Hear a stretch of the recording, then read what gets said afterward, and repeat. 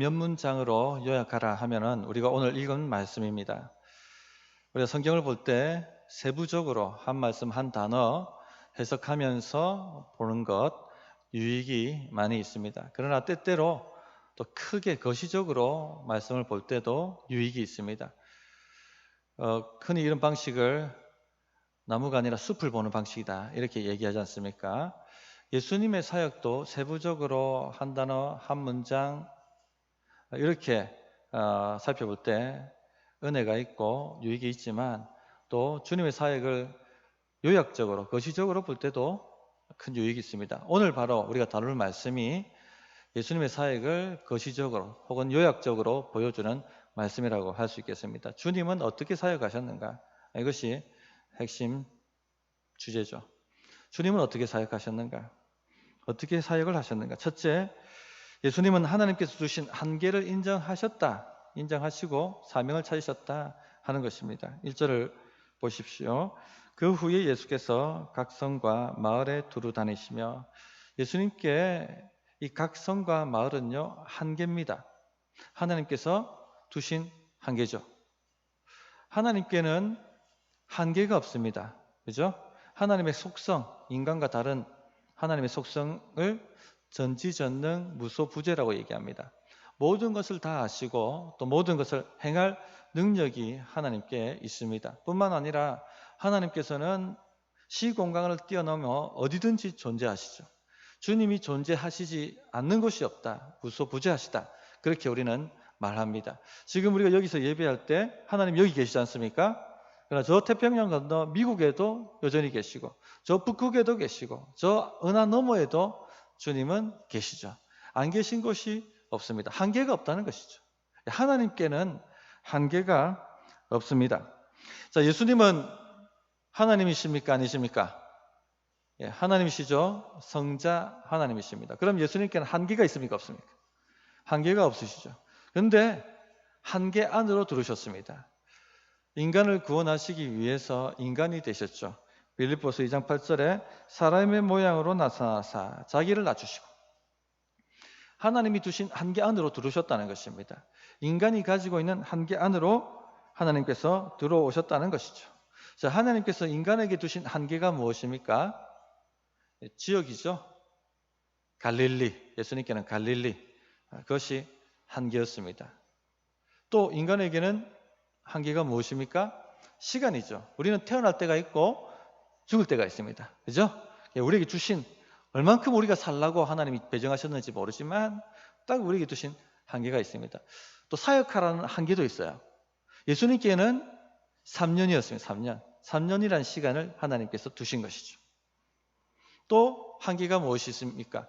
우리에게 붙여주신 사람들이 우리의 한계입니다. 우리는 저 미국에 있는 사람들을 알지 못합니다. 그죠? 저 또 서울에 청와대에 있는 사람도 알지 못합니다.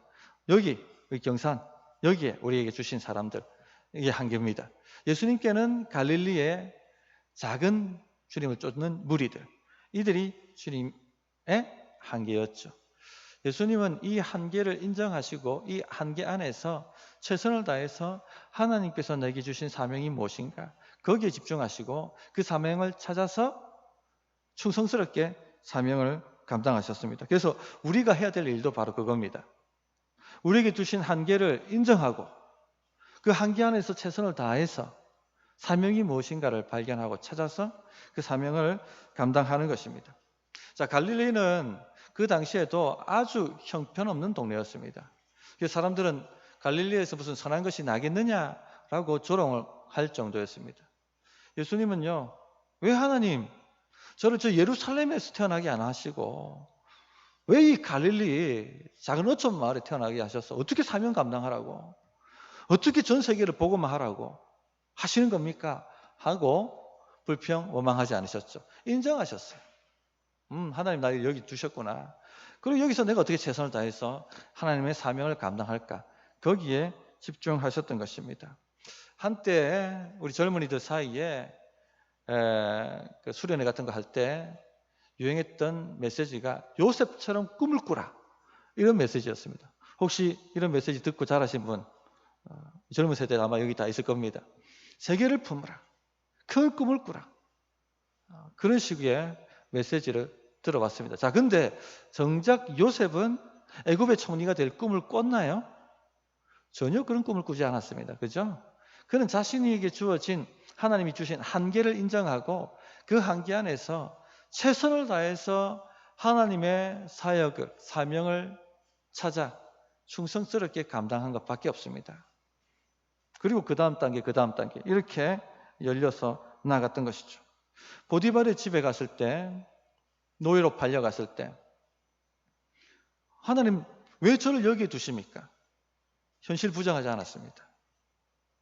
모든 것이 끝났다 하고 낙담하거나 좌절하지도 않았습니다. 내가 좀 더 좋은 곳에 있었다라면 하는 패배주의도 그에게는 없었습니다. 인정했죠.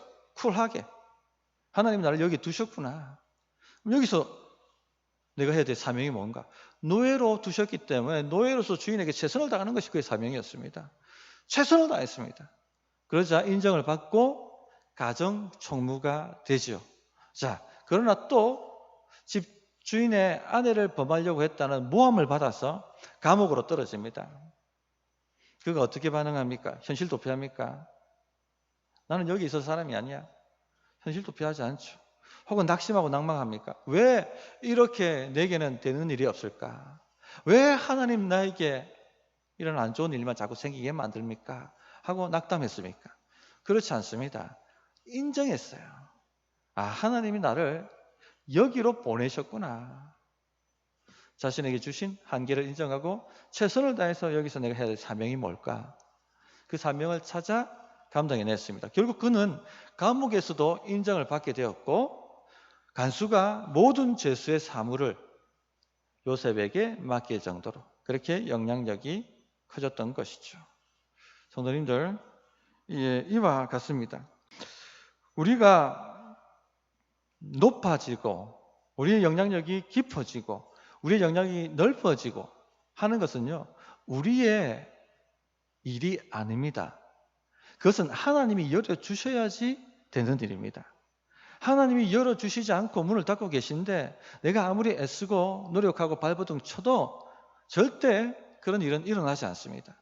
우리는 항상 큰 꿈만 꿉니다.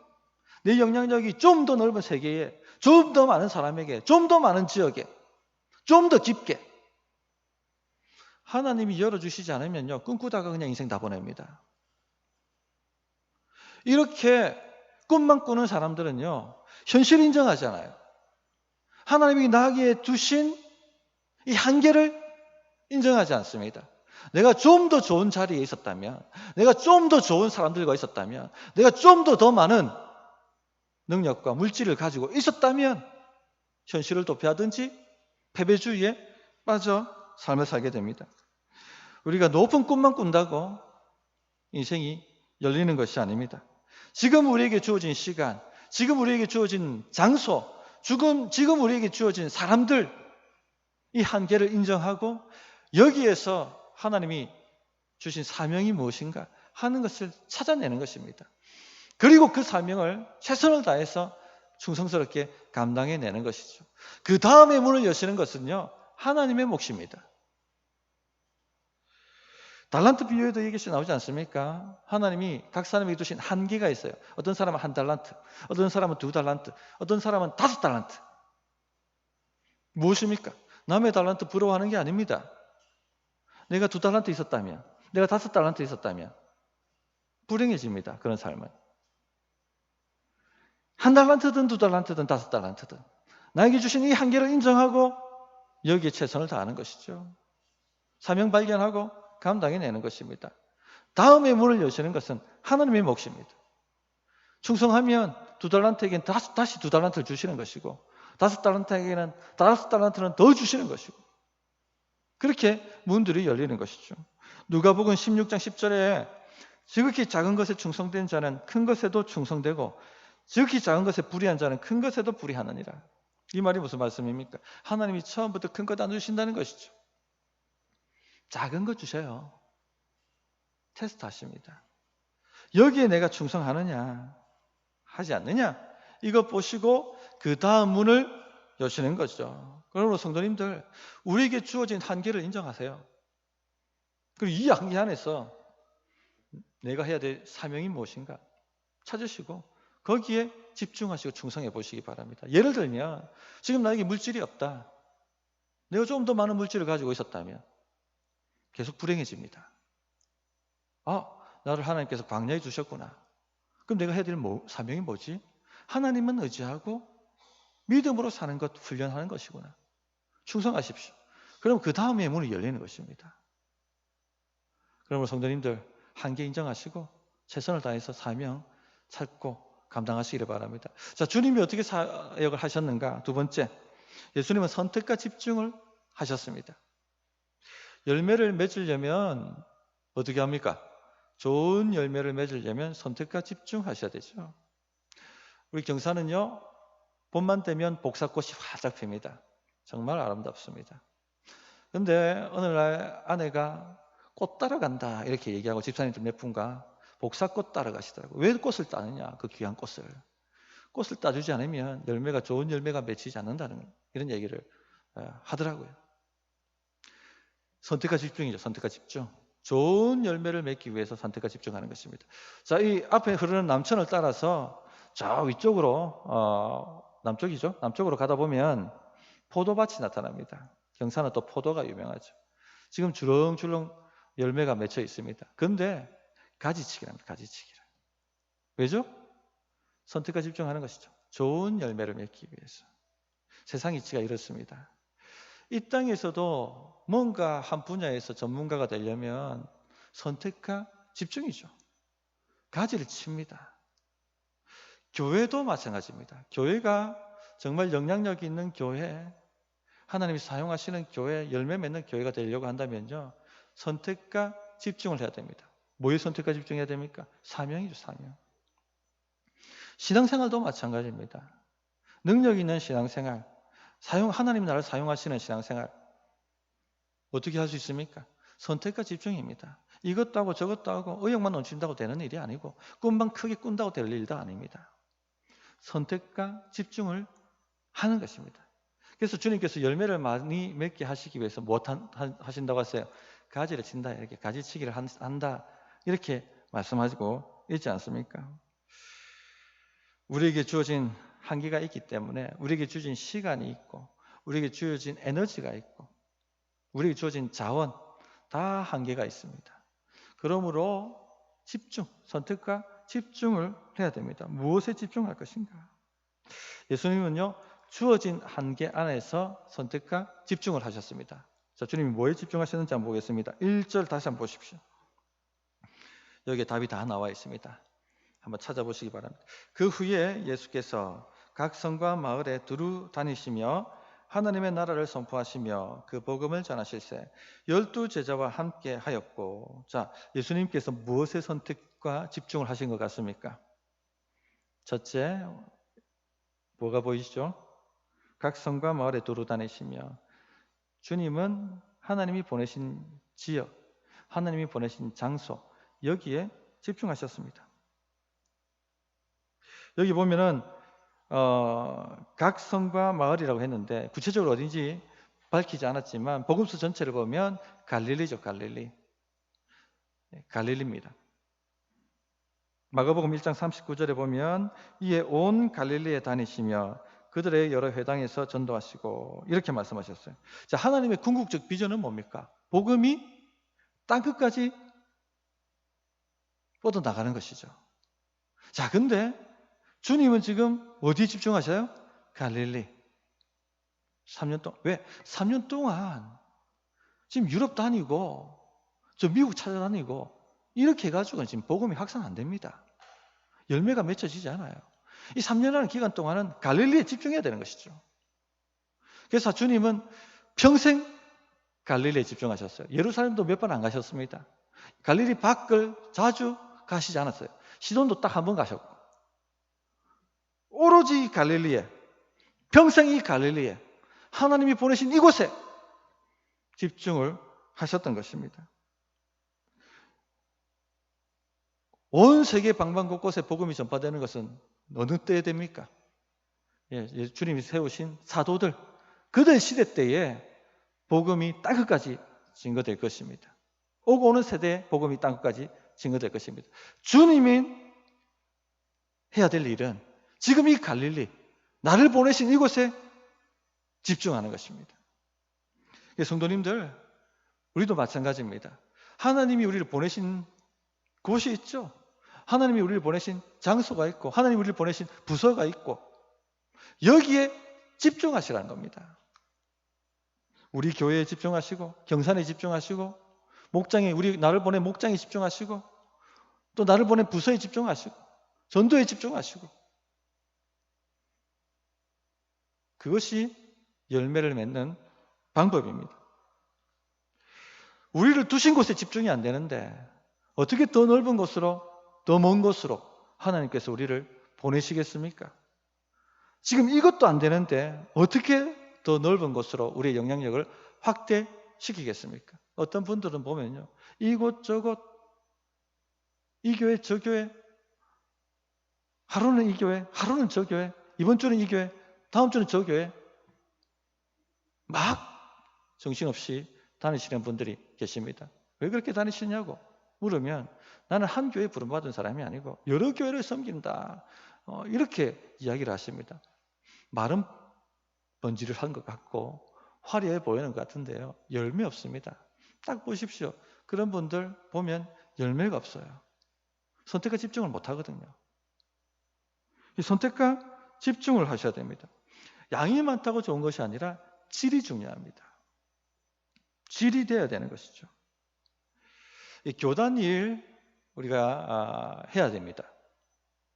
어떤 목사님은 교단 일을 한다고 막 여기저기, 하루는 이 지역, 하루는 서울, 하루는 부산, 하루는 저기 미국 막 다니시는 분이 있습니다. 그런데 내 교회가 안 되는데, 내 교회가 그것을 받쳐줄 만큼 영향이 없는데 그 일을 감당한다고 돌아다니는 것 다 망합니다. 다 망해. 그렇게 하시다가 본인 교회가 안 되셔서 무너지고 하는 것 저 많이 보았습니다. 이 선택과 집중을 못 하신 것이죠. 산성교회 황운하 목사님 올해 모든 직을 다 내려놓으셨어요. 밖에 사는 직을. 왜? 선택과 집중하시기 위해서. 내 교회가 일단은 돼야 되니까. 일단 내 목회가 돼야 되니까. 그런 것입니다. 교회 안의 사역도 마찬가지입니다. 선택과 집중을 하셔야 됩니다. 이 부서 저 부서 너무 많은 것, 이 사역 저 사역 너무 많은 것 좋지 않습니다. 열매가 없습니다. 집중해서 하십시오. 가지치기를 하고 집중해서 해야 되는 것이죠. 사실 지금 코로나 때문에 우리는요, 선택과 집중을 하고 있습니다. 자이든 타이든 선택과 집중을 하고 있는 것이죠. 다른 모든 사역을 스탑하고 뭐에 지금 올인하고 있습니까? 예배죠, 예배. 하나님께서요, 우리가 지금 일어나고 있는 일들을 영적인 눈으로 볼 필요가 있습니다. 하나님의 관점으로 볼 필요가 있는 것이죠. 왜 그럼 하나님이 코로나를 통해서 교회 지금 무슨 일을 하고 계신가 하는 것을 보아야 됩니다. 지금 하나님 무엇하고 계십니까? 예배에 집중하라고 하죠. 예배에 선택과 집중하라고 얘기하시는 것입니다. 예배가 지금 제대로 안 되는데 무슨 다른 사역들이 열리겠냐 하는 것이죠.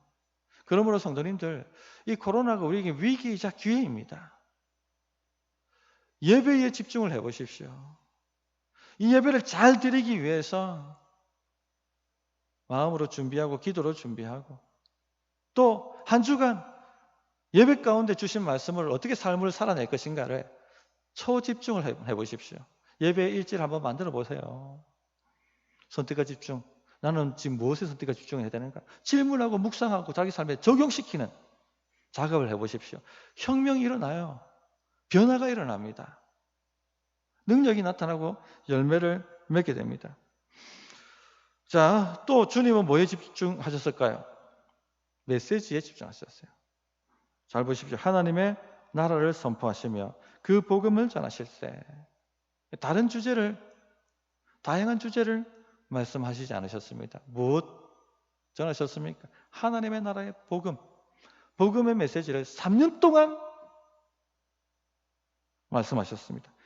깊이 박히도록, 훈련되도록, 삶이 되도록, 탁 하고 누르면 탁 튀어나올 정도로, 마르고 닳도록 하나님의 나라의 복음만 증거하셨습니다.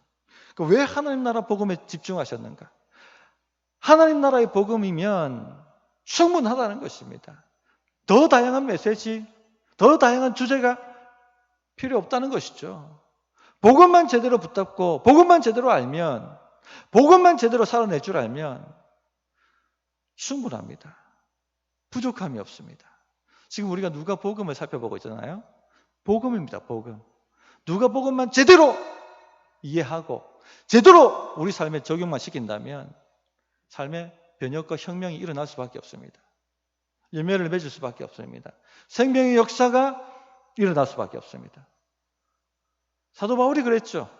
복음의 한 메시지에 붙들리자 인생 자체가 바뀌었고 그를 통하여 온 세계가 바뀌었습니다. 루터도 마찬가지죠. 로마서 그 한 말씀이 그 마음에 파고들자 그 삶이 바뀌었고 세상이 바뀌었습니다. 존 웨슬리도 마찬가지죠. 복음 한 말씀이 그 삶을 바꾸었고 온 세계를 바꾸었습니다. 성도님들, 너무 다양한 말씀, 이 말씀 저 말씀 가지치십시오. 한 말씀이라도 내가 어떻게 살아낼 것인가? 양이 중요한 것이 아니라 질이 중요합니다. 어떻게 한 주 동안 이 말씀을 실천하고 적용하고 살아내 볼 것인가? 거기에 초집중을 해보시기 바랍니다. 그래야면요, 이 코로나가 오히려 우리 성도님들에게 기회가 될 것입니다. 이때 지금 선택에 집중하지 못하는 교인들과 교회는요, 곧 있으면 열매 맺을 시기에 열매를 맺지 못할 것입니다. 맺어도 좋은 열매를 맺지 못할 것입니다. 그러나 지금 이 시대를 분별하고 하나님이 우리에게 가지치는 그 가지치기에 순종해서 예배에 집중하기 시작한다면요, 열매 맺을 때가 곧 다가올 줄로 믿습니다. 또 주님은 뭐에 집중하셨는가? 자신에게 주신 사람들에게 집중하셨습니다. 12 제자와 함께 하였고 2절, 3절을 보면 또 여자 제자들이 나타나죠. 이들, 주님을 따르는 이 무리에게 3년 집중하셨습니다. 제자 훈련시키시고. 그리고 난 이후에 이들이 하나님의 사역을 감당하고 복음을 땅끝까지 증거하는 교회를 세우는 사명자들이 다 되지 않습니까? 그러므로 우리에게 붙여주신 사람들에게 집중하십시오. 나의 목장 식구들에게 집중하시고 나의 전도의 식구들에게 집중하시고 나에게 붙여주신 이 사람들에게 집중하셔서 어떻게 이들을 섬기고 어떻게 이들을 격려하고 어떻게 이들을 세워나갈 것인가 하는 것에 집중하신다면 큰 열매를 경험하게 될 것입니다. 주님은 어떻게 사역하셨는가? 세 번째입니다. 주님은 하나님의 사역에 제자들이 헌신과 헌금으로 동참하도록 그렇게 하셨다는 것입니다. 예수님은 모든 걸 기적적으로 행하실 것 같죠. 그런데 그렇지 않습니다. 사람들의 헌신이 필요하셨고 사람들의 헌금이 필요하셨습니다. 그게 2절 3절에 나오죠. 또한 악기를 쫓아내심과 병고침을 받은 어떤 여자들 곧 7 귀신이 나간 자 막달라인이라 하는 마리아와 헤롯의 청지기 구사의 아내 요한나와 수산나와 다른 여자가 함께하여 자기들의 소유로 그들을 섬기더라. 이렇게 말씀합니다. 함께하여 자기들의 소유로 그들을 섬기더라. 함께하여. 헌신이죠. 자신의 몸을 주님께 드렸다는 것입니다. 자, 예수님은 제자들을 데리고 3년 동안 전도 여행을 다니셨습니다. 여기에 제자들이 직장 버리고 또 가정도 일단 내려놓고 전적으로 따라 나섰던 것이죠. 주님을 섬기고 헌신하고 봉사했습니다. 특별히 대표적으로 3명의 이름이 오늘 나옵니다. 막달라인 마리아, 막달라 출신 마리아라는 뜻입니다. 당시에는 성이 없었기 때문에 이런 식으로 불렀습니다. 이 여인은 7 귀신 들렸던 여인이었습니다. 7 귀신이 들렸다는 것은 귀신 들림이 심각했다는 것이죠. 주님께는 아무 문제가 안 됩니다. 그래서 예수님께서 다 이 귀신을 쫓아내주셨고 그 은혜에 감격해서 마리아는 주님을 3년 따라 충성하고 봉사했습니다. 다음 나오는 여인이 구사의 아내 요한나 그리고 수산나가 나오죠. 아마 이들은 병고침을 받았던 사람들 같습니다. 또한 악귀를 쫓아내심과 병고침을 받은 어떤 여자들하고 얘기하면서 귀신 쫓아내는 사람은 막달라 마리아 언급을 했고, 그러면 병 고친 사람들은 요한나와 수산나 하는 것을 알 수가 있습니다. 그런데 수산나는 도대체 누군지 언급이 잘 안 됩니다. 근데 요한나는 언급이 되어 있죠. 헤롯의 청지기 구사의 아내라고 되어 있습니다. 아마 심각한 죽을 병에 걸렸던 것 같습니다. 근데 주님이 고쳐주신 것이죠. 이 헤롯의 청지기라는 것은 고관입니다. 고관, 귀족 출신이고, 그리고 부유한 사람입니다. 주님으로부터 치유를 경험하고 난 다음에 그 은혜에 감격해서 전적으로 주님을 쫓게 된 것입니다. 또 자기들의 소유로 그들을 섬기더라 이렇게 되어 있습니다. 자, 이 여인들은요, 자신의 재물을 깨어서 주의 사역에 헌금했습니다. 예수님의 전도 여행은요, 비용이 만만치 않게 들었습니다. 그 모든 제자들이 함께 숙박하고 함께 먹고 함께 마시고 여행 경비 만만치 않죠. 우리 여름에 수련회도 하고 교육부서가 성경학교도 하는데 그거 이틀 3일 하는 것에도 돈이 꽤 많이 듭니다. 단기 선교 한번 갔다 오는 것도 돈이 꽤 많이 들죠. 이 예수님의 제자 무리가 3년 동안 갈릴리 지역을 여행하면서 전도 사역을 했다 하는 것은요, 비용이 만만치 않게 들었다는 것입니다. 그 모든 비용을 어디서 감당합니까? 기적적으로 성도의 헌신과 헌금을 통해서 그 사역들을 해가셨다는 것입니다. 그러므로 성도님들, 우리가 몸으로 주께 봉사할 뿐만 아니라 물질로 주님께 봉사해야 되는 것이죠. 이것이 바로 하나님의 나라와 의를 구하는 것입니다. 그리하면 모든 것을 더하신다 말씀하셨지 않습니까? 또 그것이 하나님 나라에 썩지 않는 창고에 저축하는 것이다 라고 보시면 됩니다. 어떤 분들은 간혹 의아해합니다. 주님은 기적을 행하실 수 있는 분이신데 모두 다 기적으로 먹이시고 입히시면 안 되냐, 그렇게 생각을 합니다. 그렇게 하신 적이 딱 2번 있으시죠.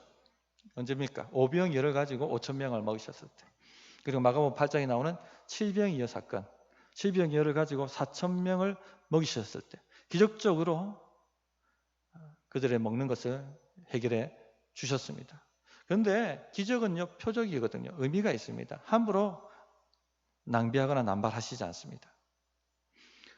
이스라엘 백성들이 홍해를 기적같이 건넜습니다. 모든 강을 그런 식으로 건넜습니까? 아니죠.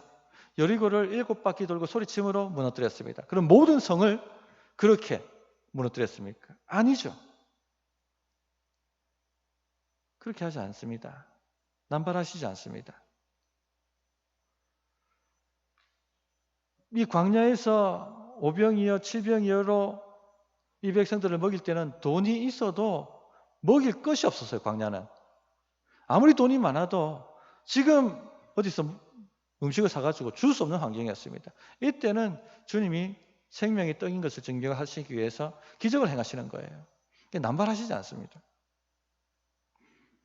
그래서 이걸 통해서 우리가 깨닫게 되는 아주 중요한 하나님의 사역의 원칙이 하나 있죠. 하나님은 사람을 통해서 일하십니다. 하나님께서 우리에게 복을 보내실 때 어떻게 보내시는 줄 아십니까? 복의 사람을 보내세요. 하나님께서 우리 길을 인도하실 때 어떻게 하십니까?